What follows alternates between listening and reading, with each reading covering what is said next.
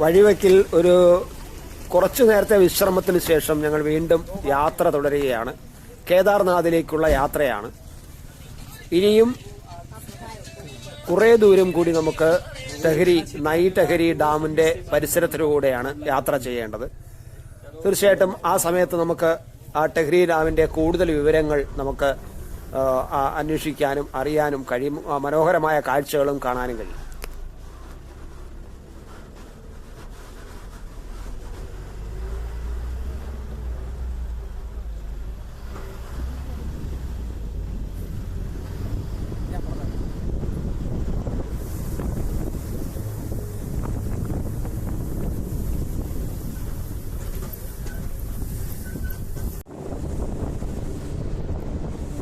...260 metre ഉയരത്തിൽ എത്തുന്ന മനോഹരമായ ടെഹരി അണക്കെട്ട് ലോകത്തിലെ ഏറ്റവും ഉയരം കൂടിയ അണക്കെട്ടുകളിൽ ഒന്നാണ് എന്ന് ഞാൻ നേരത്തെ തന്നെ നിങ്ങളോട് പറഞ്ഞതാണ്. കഴിഞ്ഞ എപ്പിസോഡിൽ അതെല്ലാം വിവരിച്ചതാണ്.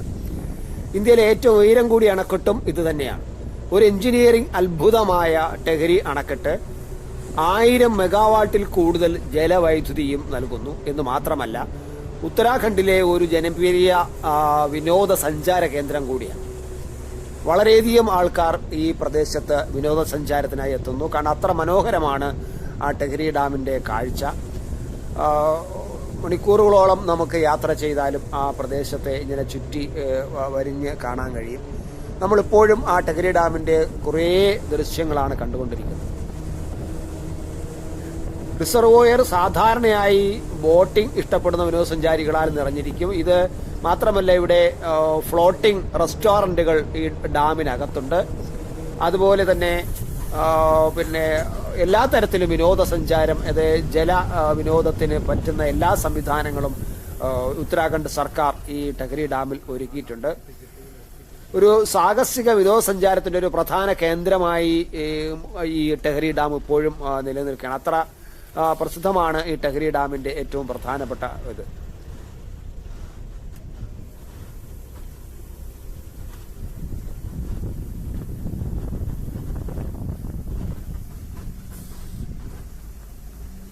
ഈ ടെഹരി ജലവൈദ്യുത സമുച്ചയത്തിന്റെ 1ാം ഘട്ടം 2006 പൂർത്തീകരിച്ചു.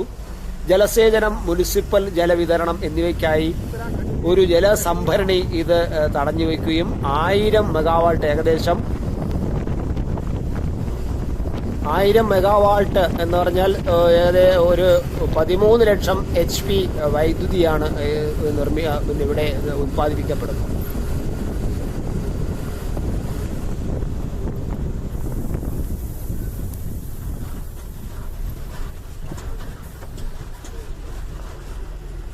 അതിന്റെ മുകളിൽ കാണുന്ന റോഡ് ഞങ്ങൾ കടന്നു വന്ന റോഡാണ്. അതുവഴിയാണ് വന്നത്.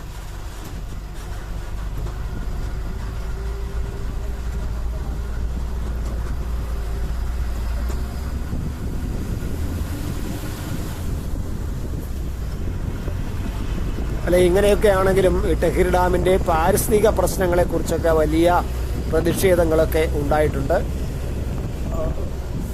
ഒരു പരിസ്ഥിതി പ്രവർത്തകന്റെ ഏറ്റവും പ്രമുഖനായ പരിസ്ഥിതി പ്രവർത്തകനായ സുന്ദർലാൽ ബഹുഗുണയുടെ നേതൃത്വത്തിൽ 1980 മുതൽ 2004 വരെ ടെഹരി അണക്കെട്ട് വിരുദ്ധ പ്രസ്ഥാനത്തിന് പ്രവർത്തനങ്ങൾ നടന്നിരുന്നു. ഇതിനെതിരായിട്ട്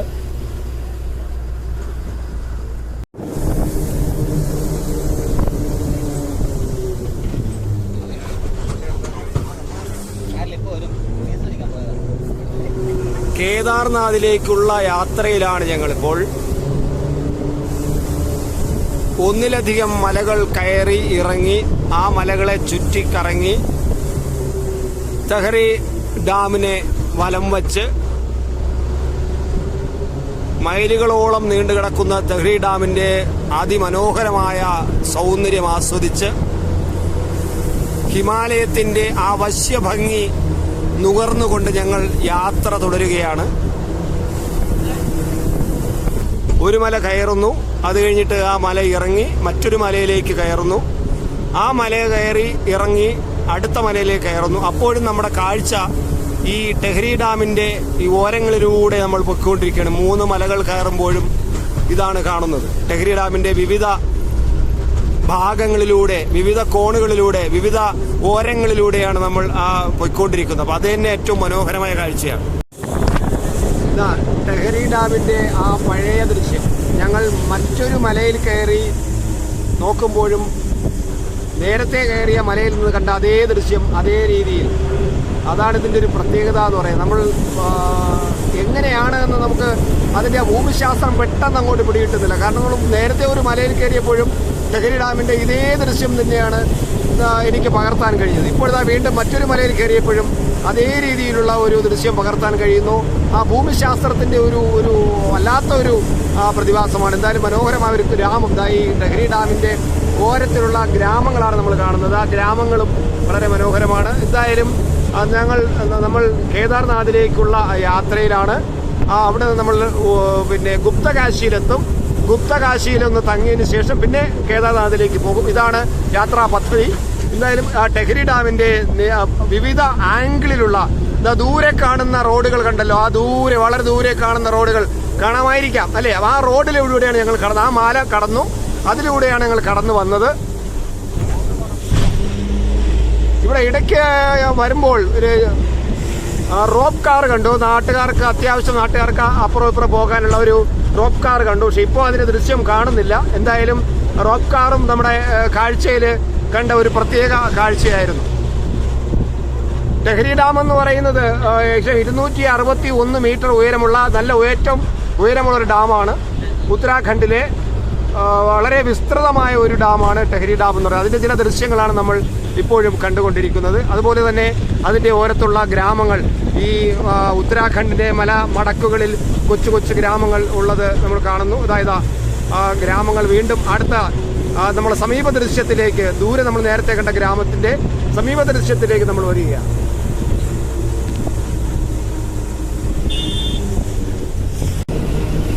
ടെഹരി ഡാം ഇന്ത്യയിലെ ഏറ്റവും ഉയരം കൂടിയ ഡാം.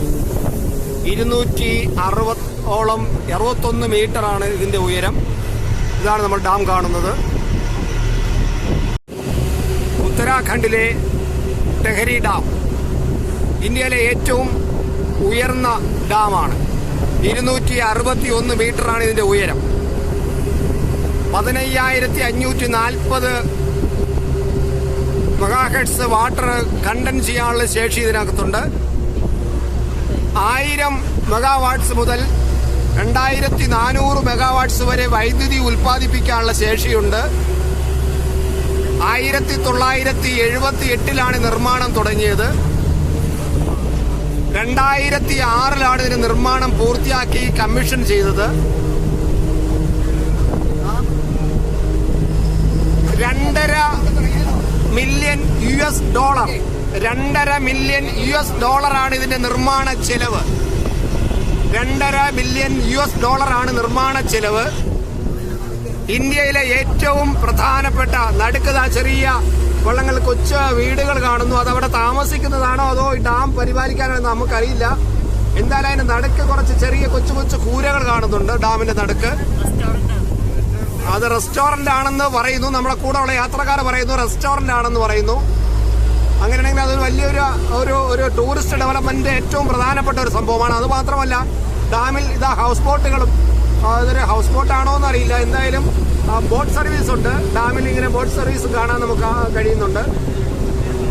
എന്തായാലും ഭാരതത്തിന്റെ ഏറ്റവും അഭിമാനമായ ഒരു ഡാമാണ്.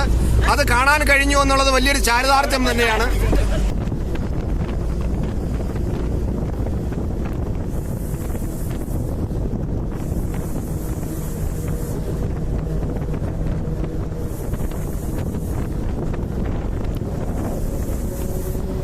ദുർബലമായ ആവാസ വ്യവസ്ഥയുടെ പാരിസ്ഥിതിക പ്രത്യാഘാതങ്ങൾക്കും പട്ടണവാസികളുടെ കുടിയിറക്കത്തിനും എതിരെയായിരുന്നു ഈ ബഹുഗുണയുടെ നേതൃത്വത്തിൽ ആ കാലഘട്ടത്തിൽ, അതായത് 1980 കാലഘട്ടത്തിൽ പ്രതിഷേധം നടന്നത്.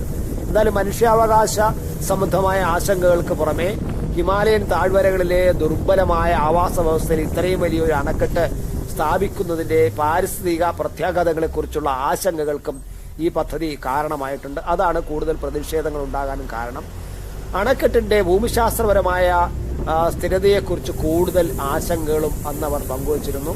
തെഹരി അണക്കെട്ട് മധ്യേ ഹിമാലയൻ ഭൂകമ്പ വിടവിലാണ്. ഇത് ഒരു പ്രധാന ഭൂമിശാസ്ത്രപരമായ വിള്ളൽ മേഖലയാണ്.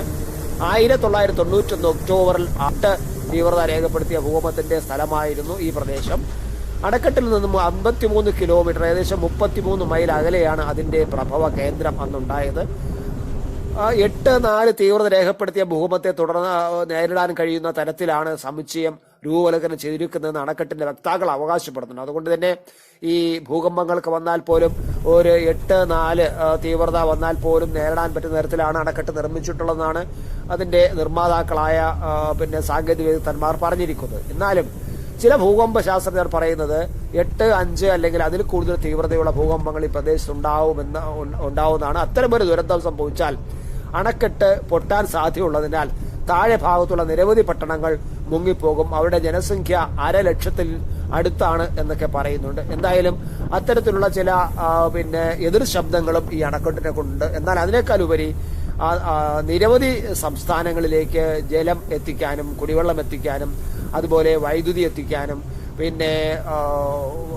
ഉത്തരാഖണ്ഡിന്റെ ടൂറിസം മേഖലയ്ക്ക് വളരെയധികം നേട്ടമുണ്ടാക്കാൻ കഴിയുന്ന വലിയ ടൂറിസ്റ്റ് കേന്ദ്രമാക്കി മാറ്റാനും അതുപോലെ തന്നെ ഏറ്റവും പ്രധാനപ്പെട്ട ഒരു എഞ്ചിനീയറിംഗ് വിസ്മയമായ ഈ അണക്കെട്ട് മാറ്റാനും ഒക്കെ കഴിഞ്ഞു എന്നുള്ള നേട്ടം നമുക്കിതിനകത്ത് കാണാൻ കഴിയും. എന്തായാലും നമുക്ക് ഈ അണക്കെട്ടിന്റെ സൈഡിൽ കൂടിയുള്ള മനോഹരമായ യാത്ര, ഈ പച്ചപ്പ് നിറഞ്ഞ മനോഹരമായ പ്രദേശത്തിലുള്ള നമ്മുടെ ഈ യാത്ര വളരെ ആസ്വാദ്യകരമായിരുന്നു. ആ കാഴ്ചകൾ നിങ്ങളെ ഒന്ന് കാണിക്കുമ്പോൾ ആ കൂട്ടത്തിൽ ഞാൻ അല്പം ഈ ടെഹരി ഡാമിന്റെ ചില സാങ്കേതിക വിശേഷങ്ങളും മറ്റുമൊക്കെ പറഞ്ഞു എന്ന് മാത്രം.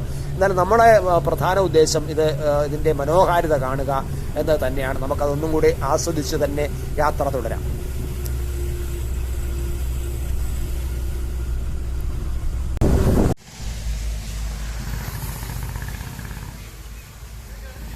ഉത്തരാഖണ്ഡിലെ ഹിമാലയൻ മലകൾക്ക് താഴെയുള്ള ഏറ്റവും പ്രധാനപ്പെട്ട ഒരു അണക്കെട്ടാണ് ടെഹരി ഡാം.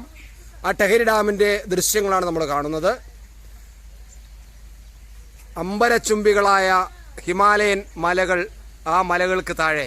യാത്രാനുഭവങ്ങളും ദൃശ്യങ്ങളും കൂടുതൽ അറിയാൻ ത്രിലോക് ഭാരതി മലയാളം ചാനൽ സബ്സ്ക്രൈബ് ചെയ്യുക.